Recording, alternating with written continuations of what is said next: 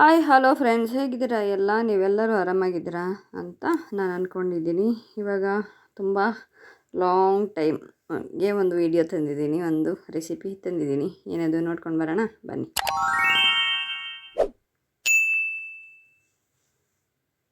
Okay, ಏನಪ್ಪ ನೋಡಿ, ಇವಾಗ ಆಮ್ಲ ತೊಗೊಂಡಿದ್ದೀನಿ.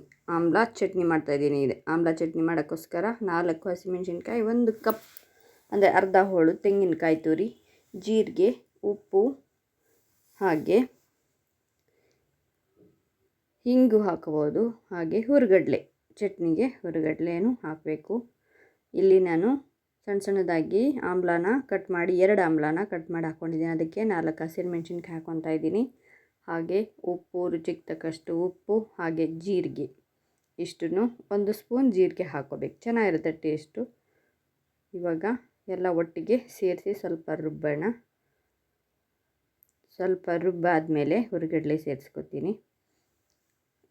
ಇದು ಆಮ್ಲ ತುಂಬ ಒಳ್ಳೆಯದು, ಹಾಗೆ ತಿನ್ನೋಕ್ಕಾಗಲ್ಲ ಅಂದವರು ಚಟ್ನಿ ರೂಪದಲ್ಲಿ ತಗೋಬೋದು. ಕೂದಲು ಕಪ್ಪಾಗೋದಕ್ಕಾಗಲಿ ಬೆಳೆಯೋದಕ್ಕಾಗಲಿ ಒಳ್ಳೆಯ ಆರೋಗ್ಯಕ್ಕೆ ಒಳ್ಳೆಯದು.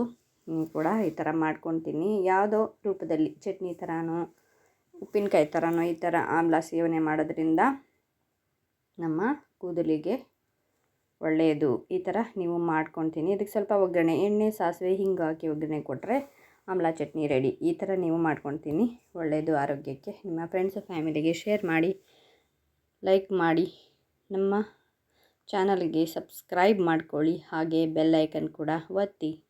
Thank you for watching. Bye.